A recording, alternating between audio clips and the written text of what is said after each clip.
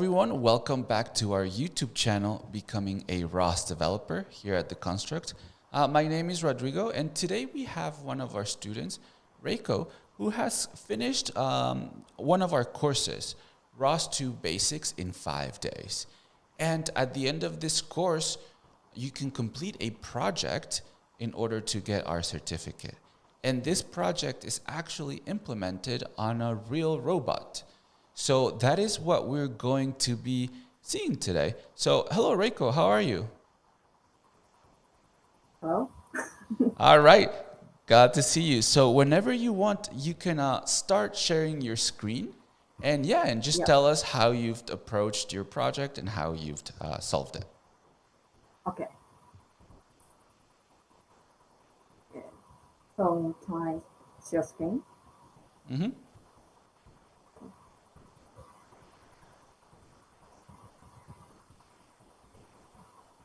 All right, we can see your screen now. Okay. So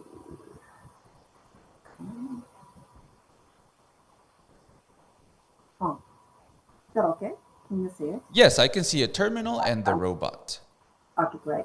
So I will just start. Um, Sorry, can I just check the investigation first? Okay.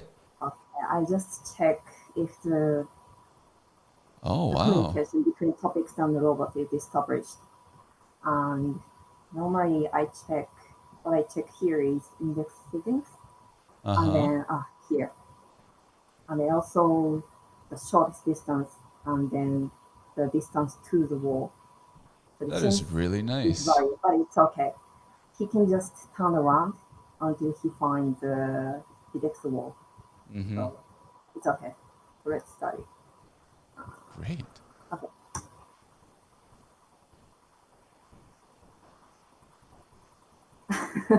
Yeah. So now it's turning around because wall. So the robot is now moving and it's Yeah. So now he found the wall and then turn around very this wall. impressive that you're in between obstacles, by the way.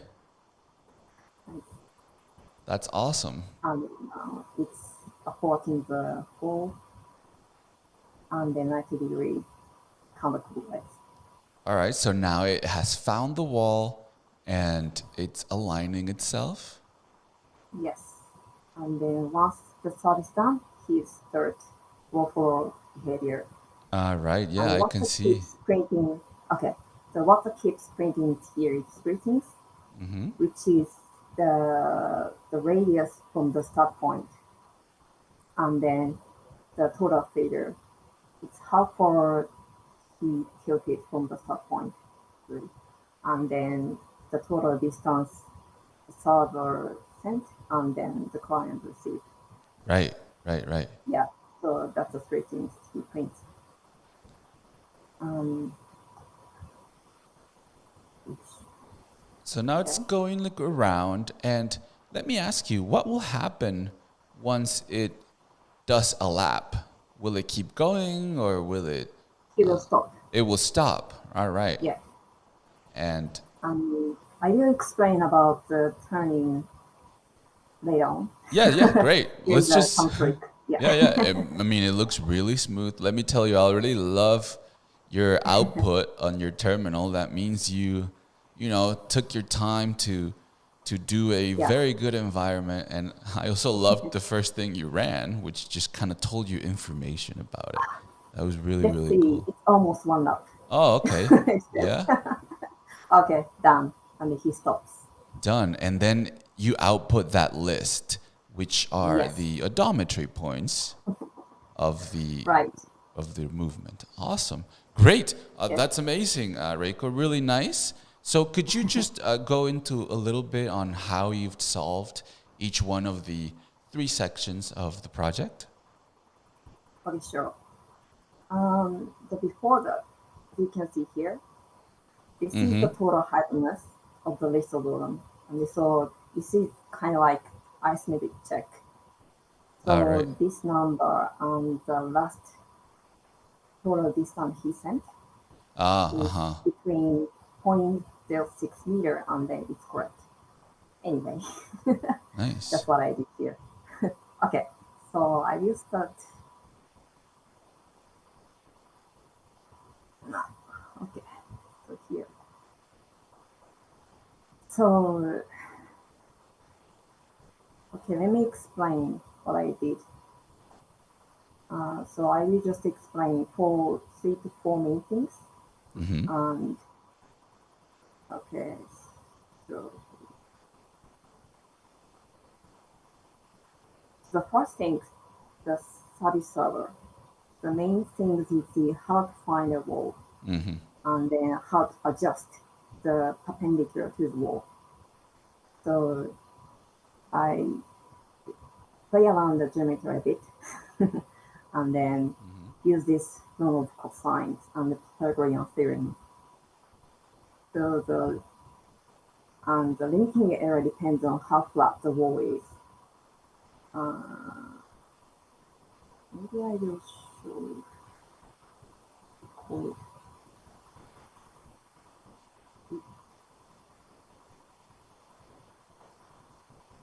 Mm-hmm.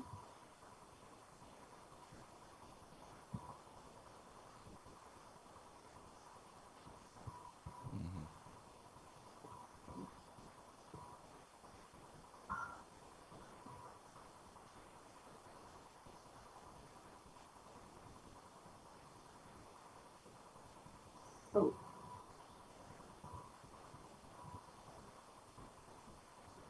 let's keep moving. Sorry. And then so the intimation, the wall is very flat, and the color and the lightings are all white. Mm. But in reality, however, everything is not even in color, lighting, and the structure. I mean, the surface of the wall. Yeah. And then, so when I decide the limiting error, I have to think about these things, resulting in so this one. So the wall error is the 0.01 meter for the simulation, and then the 0.03 meter for the real robot. Okay. It's And just my experience because, that you mean is yeah, the difference, the error that you could see for the flat wall, yeah, right? yeah, because this is not flat. Yes, that's actually a That's little what I'm bit. talking That's about. yeah, that's a Yeah, sign. Yes. Oh, that's yes. interesting. So that's the things Mm-hmm. what I have to think about. And then now, as you can see in the program, the this detectable function is Mm-hmm. uses the Pythagorean theorem, and then first find the minimum value to be found, and then if the distance each side of a certain angle exceeds the hypotenuse, it is not a wall. Right. And then yeah, so that's what it done here. And second things, can I show something? Sorry.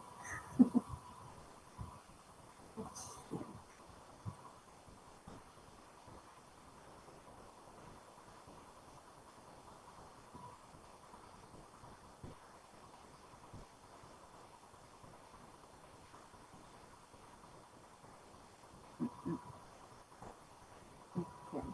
So yeah.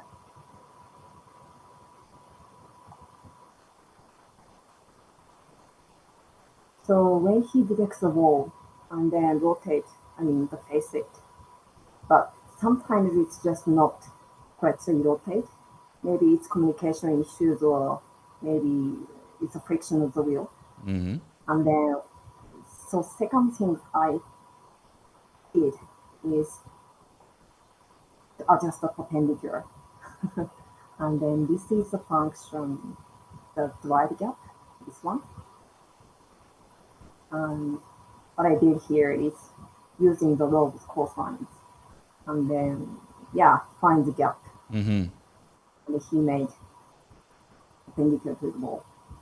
This is what I've done here. Oh, sorry. Don't worry. And okay, so that's the service server. Okay, great. Yeah. And then next is the okay. So next to this slides, I will talking about the LiDAR quality in Uh, between simulation and the and reality. the real robot. Okay. Yeah, real robot. So I use the interquartile range of the to evaluate the variability where the most scan variable, I mean the ranges are located. And we just made the six places, one, two, three, four, five, six, you can see. Uh-huh. And then the darker color is showing the simulation, and then the brighter color is in real robot. Okay. And then what I've seen here is it's just there seems to be no difference in between. I mean the simulation and the real. But the important thing here is there are infinite values in reality all the time. Yes. So yeah, so I want to figure out what causes the infinite. Mm. So Uh-huh. this is the visualization, like the visualization of the range defaults. Uh-huh. And in simulation, he always detects all around, and there is no infinite. But when I doing the in reality, Uh-huh. so this is the blue lines is the infinite. So Oh, and then okay. the orange is what he detects, and then the red line is the robot direction. So they Blue correspond a suffer. little bit with the obstacles. Well, with not the obstacles, but with the when the lighter gets interrupted, no? Yeah. Yes. So when I overlapping the laboratory photos with this the scan images, and then as you can see, ouch.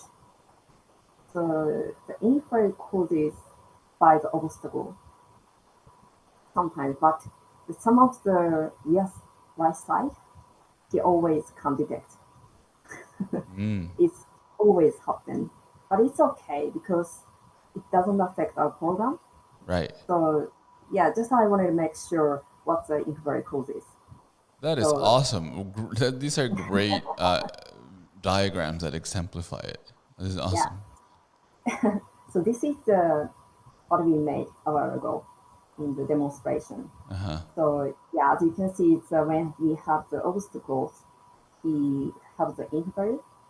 So sorry, so the orange color showing the interval now, and then yeah, he always can't detect this side, Mm-hmm. but it's okay for now. Yeah, but um, yeah, but because just the result of this analysis will help to formulate a hypothesis for the next subject. Mm-hmm. Okay, so the next subject is I will talking about the combination of communication facts and robot velocity and limiting errors. Uh, so this is my current settings for the linear and angular velocity. Mm-hmm. And yeah, so the allowable error from the wall in front, and then also the right, right side. And the hertz of the timer, which is the speed of the updating his judgment. It detects the distance of 20 degrees from the front for the forward check. And so the robot will turn until the purple dashed line will be the less than the limiting error of the 0.56 meter. And probably you may wonder what is the tune here. Yeah, yeah. Yes, this is a factor of the velocity to calculate the turning radius, Oh, and the coefficient of 2 is comes from my experience. So uh-huh. I will show something again. Yeah.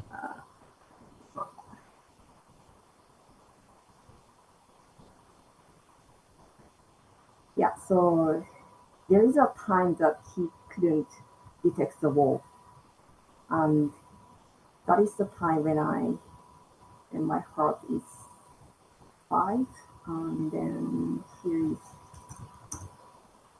6, and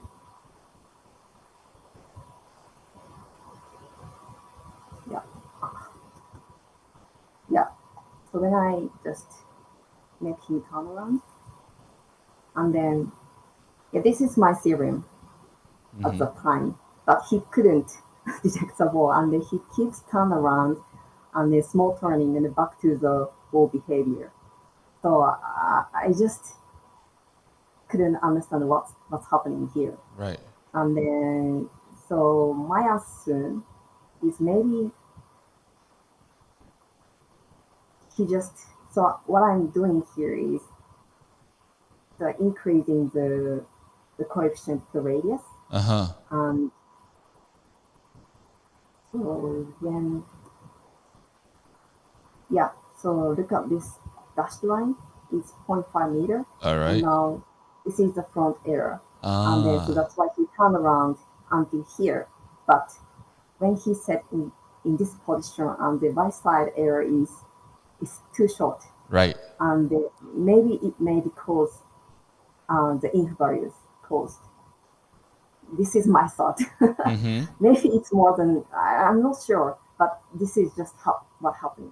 Right, I'm right. using this tune second, and then I will just um, try to figure out what the best combination of the error limitings and then Uh-huh. also the velocity and the angular. This is amazing, by the way. This is And incredible. then maybe, yeah, we have to increase the wall error. Yeah, like that. Uh-huh. So this is my final settings. I decrease the hertz of the command velocity because Right.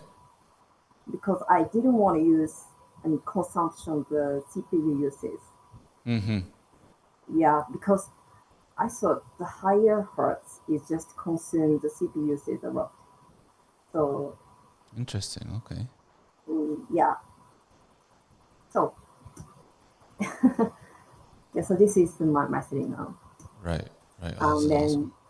then this is the actual record The what? I'm in sorry? simulation, actual record. So when he turns, I mean, when he made the hard left, Uh-huh. I mean, this is the actual coordinates he made in the real robot and the Right. simulation. Right. The simulation is darker color, and then the real robot is showing the orange.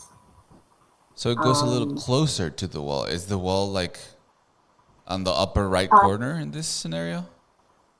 The corner wall? so this is yes, this is from the dashed line showing Oh, yeah, yeah. I the see. area emitting from the wall, I see. and then yeah, so I made the each hertz, and then also the velocity combination.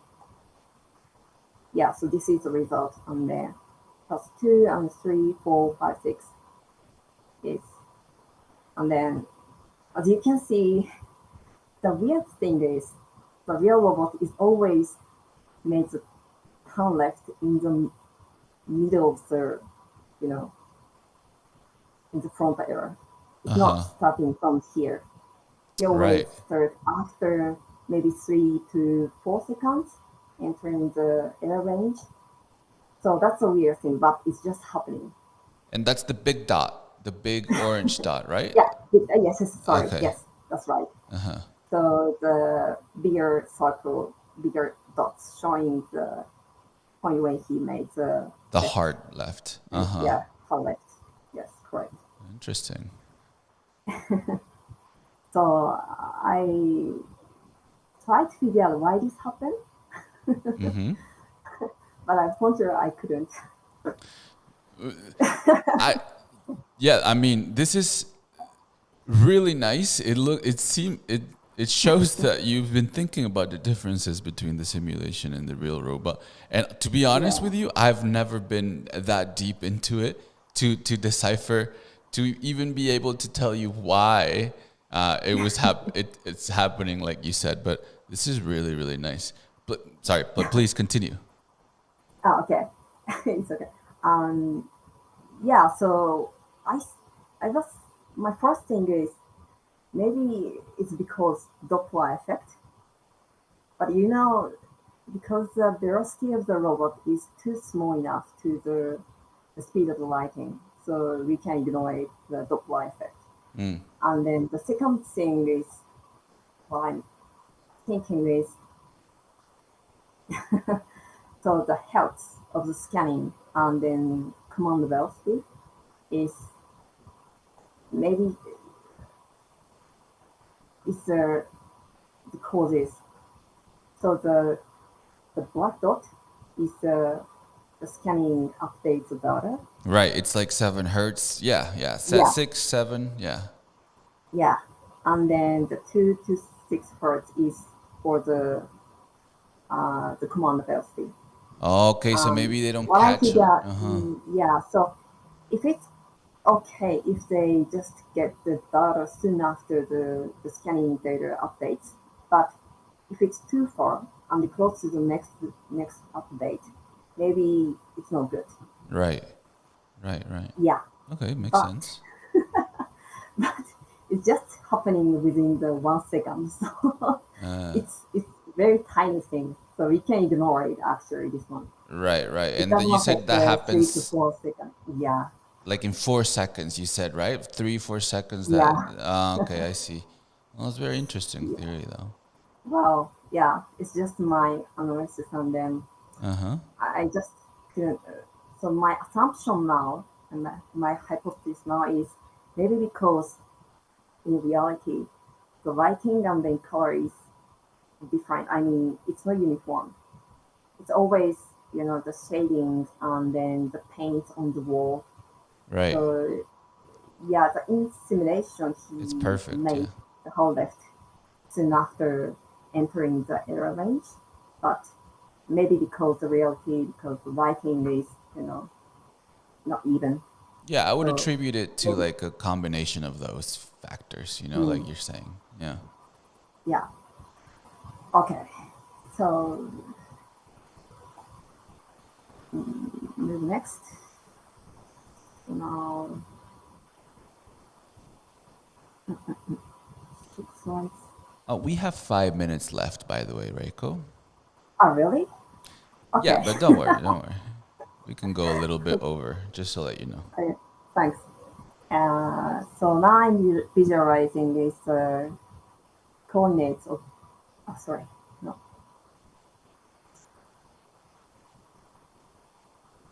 Yeah. So I'm talking about the one lap equation. File decide the one lap equation. So the bar plot and the box plot of the D theta is helpful to check if the robot is moving smoothly. Uh huh. So if the robot is moving smoothly, it will be distributed in four main directions. Otherwise, it will be distributed in the a direction evenly. So this is the bad cases. Um, this is because he didn't make the smooth movement. Uh huh. This is the good cases, right? Okay. So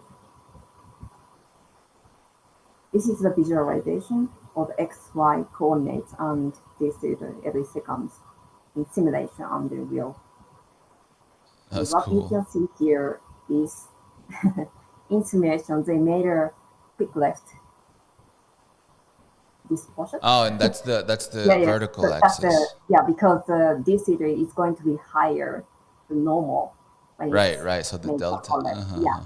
So in simulation it seems good, but in reality, yeah, it's just a little bit awkward More noisy. movement. Yeah. Yeah, yeah, a little noisy. Anyway, this is what we made. And yeah, this is because, as you can see, the wall is not flat. So yeah, he Right. has to make it Adjust. correct. Yes. And then the last one is, this is the, yeah, Basia shown here is changes of total failure from the axis of the start point. So if you just add up all these data, it will be 0, because the orange is the original one, original this data. So Right. he just increase, but go back to the start. So if you add up everything, it's going to be 0. But which is not what I want. Uh-huh. So what I want here is total failure to be 2 pi when the robot made 4 left turns. And this is one of the conditions when the robot has completed 1 lap. So Okay. yeah, so another condition, sorry, maybe I will show you. Here. Huh?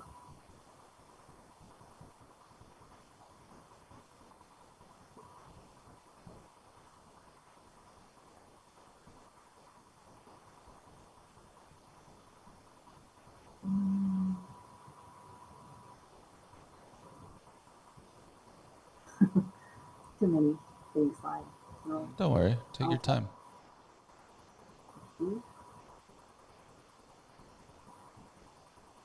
This one, yeah. So this is the 1 lap equation I made. And it tells that the total receiver is, which is 270 degrees. Uh-huh. And then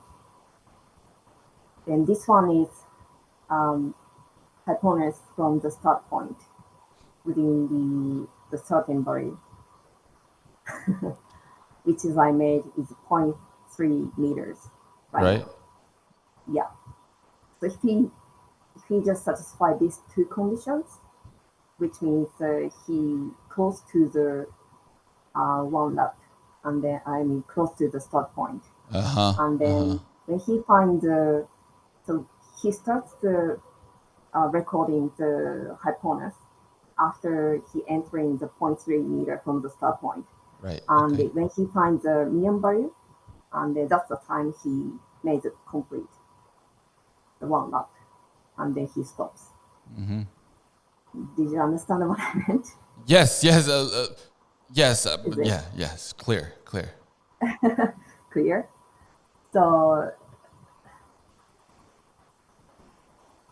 yeah, so see here, it's the radius from the From the start point start, is yeah. 0.065, and then the previous one is 0.49, and so that's why this is a minimum value, and after that he just has It done just complete that. it triggers and it Yeah, completes. Uh-huh. yeah. So that's the theory. Okay, so that's the thing, and then this is showing the the top one is very precise equation, and then the green one is just I made. So if it's less than it's 90 degrees, and then he will just add up, and then because you know he sometimes doing this one. Um, this is the yaw virus. The Yo valleys, yeah. So yeah. Because he just switched 0 to 360 degrees. Oh, okay, So I see. So yeah, it went from 360 to 0, so that's that jump there. Yeah, it's yes. way too close to the. So Yeah, yeah, I see, I I see. just ignore these values Uh-huh. for the green one. Yeah. So he just add up, except these values, and then so that's why he keeps moving. He keeps adding up, and then finally he got this value. Right. This is a simulation. This is the real one. Anyway, yeah. So just try to figure out which the equation is okay here, and yeah. So that's everything. That's the end of my presentation, actually. Awesome. Great.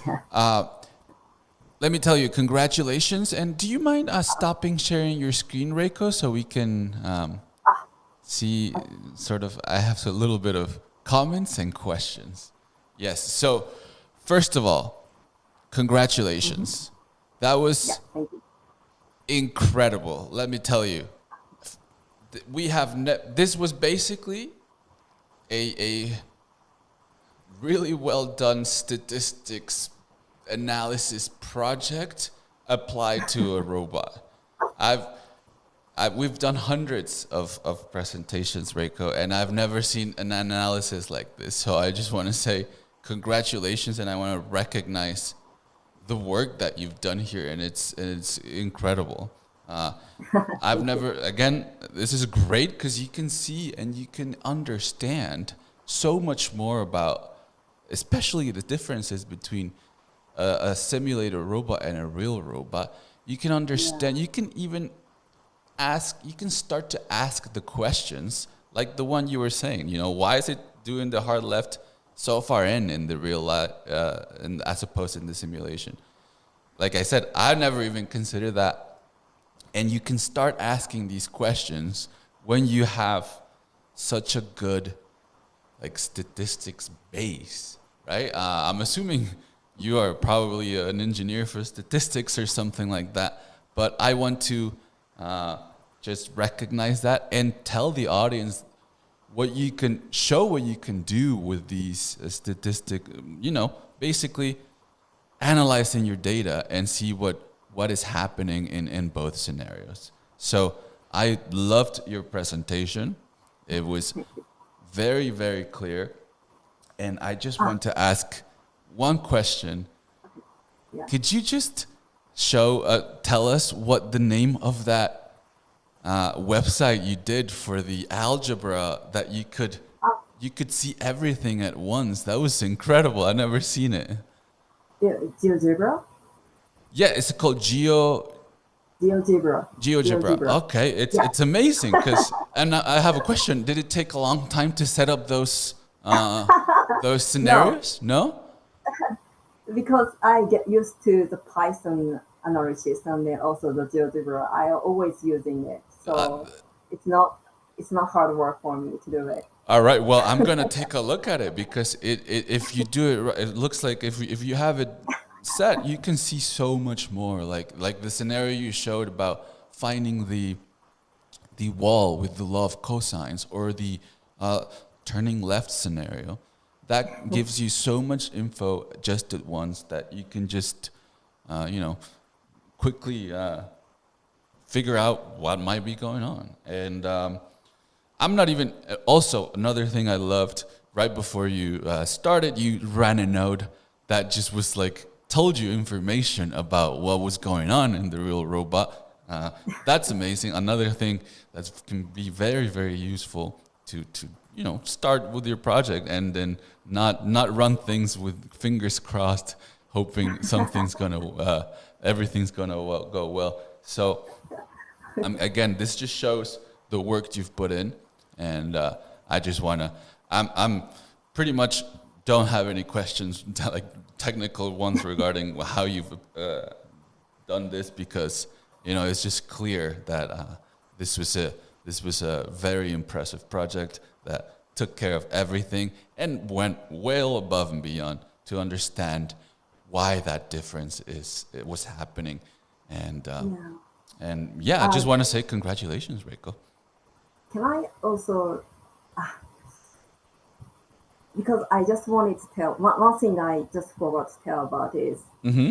I also read the article of the odometry calibration, and you know why I said The what on the the odometry radius. calculation? I'm sorry, I didn't catch that. Yeah. Odometry calculation, Uh huh. calibration. Yeah, and so why I made um, the radius from the start point to as a point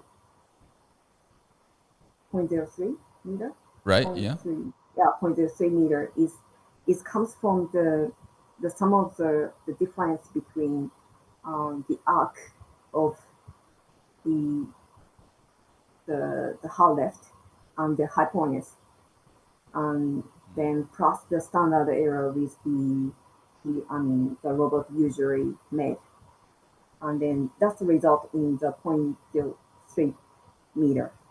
The point, Because okay. And yeah, because I read the article which is saying that um,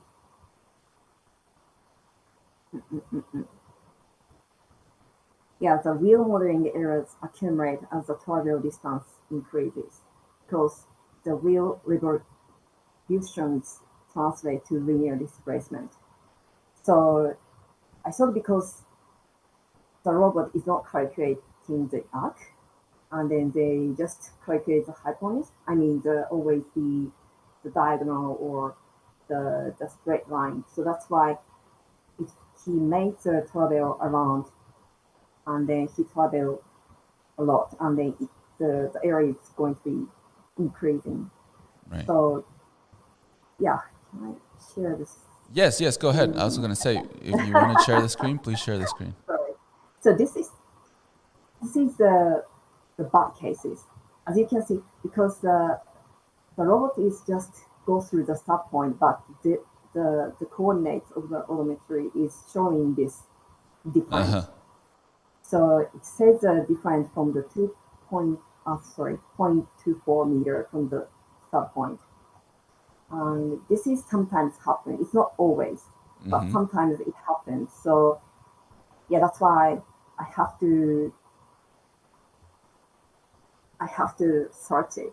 What's happening? What's the standard error for the geometry or the odometry coordinate? Right, right. Because Yeah. of So that jump that happens, sometimes you said, yeah, and okay, yeah. interesting, So interesting. yeah, so that's the things I have to deal with the real robot. It's Right. not. It's really not the same as the simulation. It's very hard. Yes, because you have to take into account all of these things. Maybe the motor itself, the odometry is going to have some drift in the odometry. That's also going to happen. It might be not be calibrated well enough. I also really liked how you talked about, well, in the simulation those walls are straight, but look at this. This has a little thing that's a little curved, so now I have to Yeah. account for that. And in some respects, it's because of how robust and complete you are making your solution, right? Because if you start just because this project is like a bunch of if else's. Basically, you can accomplish it, and I'm sure you won't even like, think about these things if you do like that. But yeah. Very interesting. Very interesting. That again, these most of these things are the first time I'm hearing about because no, you're the first person that's really gone delve deep into it, and we can showcase greatly the differences now and why it matters to actually deploy your solution in the real robot. Or the other option is to make a really, really, really, really, really good simulation, which, uh, in robotics development, it's usually not the case. People just want to have something to validate and then switch to the real robot. Uh, but anyways, Reiko, we have unfortunately run out of time here. So Yeah. I just want to congratulate you again. And for everyone else that is watching, let me go here and switch my screen. For everyone else that is watching, this is a pro example of what you can achieve by taking our course, not the stats, not we don't teach that, but you can apply these learnings on a real robot, and you can explore things like Reiko has done here. So I encourage everyone to do what Reiko has done here, and Reiko, thank you very very much one more time, and we hope to see you again for future projects. Thank you. Thanks All for right. time. Okay, everyone. That's it for us, guys. So please watch our next presentation coming up soon today. All right, guys. That's it for us.